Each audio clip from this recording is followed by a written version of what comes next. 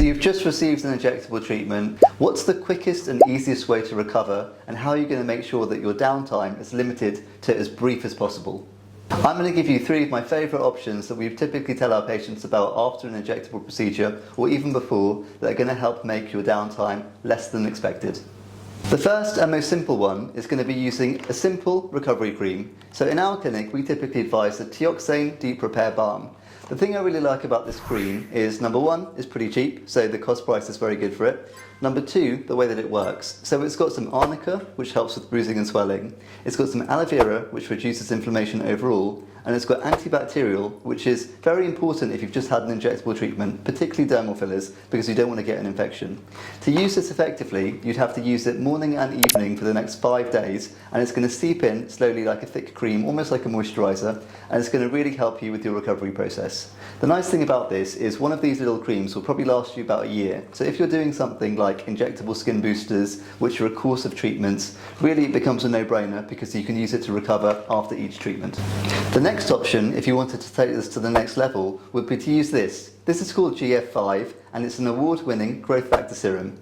This serum includes 5 unique growth factors which are bio-identical to the ones you find in a human placenta. What that means is they can really supercharge recovery. Not only that, they can do more. When they're applied directly to the skin, they can reverse some of the signs of aging and actually stimulate the pathways that are perfect for what you need for recovery and rejuvenation and restoration. In an ideal world, if I'm seeing a patient for injectable treatments, ranging from dermal fillers to skin boosters, or medical devices such as things like Morpheus 8 or other medical devices we have in clinic, I would ideally start people on growth factors a couple of weeks before leading up to the treatment and then throughout. Usually they're good to be used as a 12-week course where you can use them 2 pumps in the morning, 2 pumps in the evening, straight after you cleanse your skin.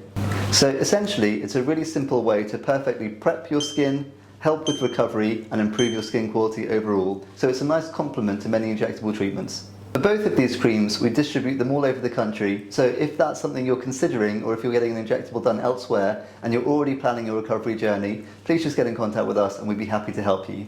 The final option, however, is reserved for those who are just in clinic with us. The final option is using LED phototherapy treatments, specifically the blue wavelengths and the near-infrared wavelengths.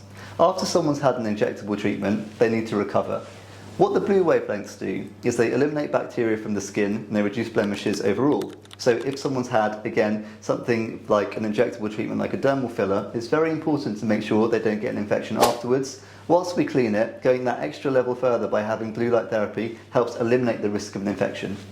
The near-infrared rays, however, are even better when it comes to recovery because these ones specifically reduce inflammation overall. So they're going to help inflammation not just caused by the injectable treatments and the syringes of filler, but more so within the face overall. So when you combine blue light therapy with near-infrared, they're very, very good for post-procedure for helping you to recover straight after a treatment.